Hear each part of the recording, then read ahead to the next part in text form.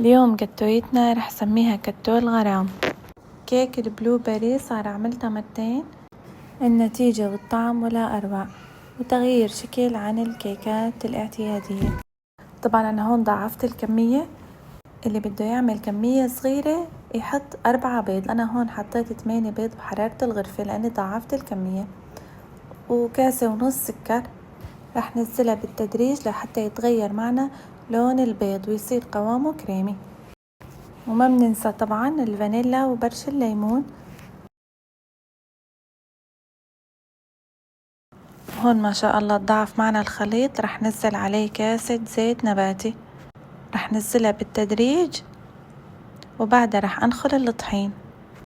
وعلى الطحين بحط صرف بيكنج باودر ونص معلقة صغيرة بيكنج صودا.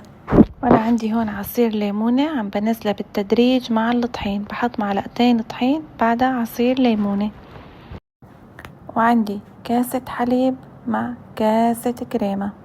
بعد ما أخلص من عصير الليمون راح أنزل بالتدريج والتناوب معلقتين طحين، شوية حليب، معلقتين طحين، شوية كريمة، طبعا بالتناوب بالتدريج لحتى تخلص معي الكمية كاملا.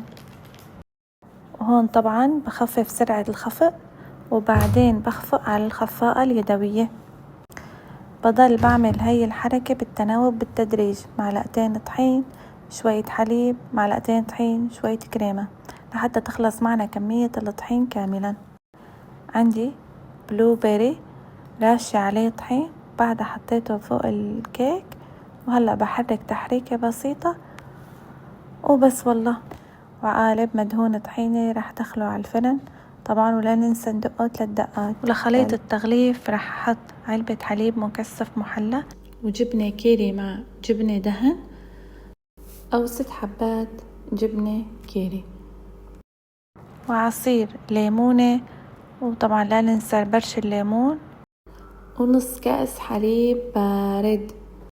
وهذا الكيك اللي شايفينه بمقدار 4 حبات بيض، وبخلطهم على الهاند بلندر وبحطهم بالبراد شوي حتى يتماسك القوام. وهيك كتويتنا طلعت من الفرن، وهيك عم ندلل كتويتنا بهالخليط الكريمي الرائع ما شاء الله. شوف القوام.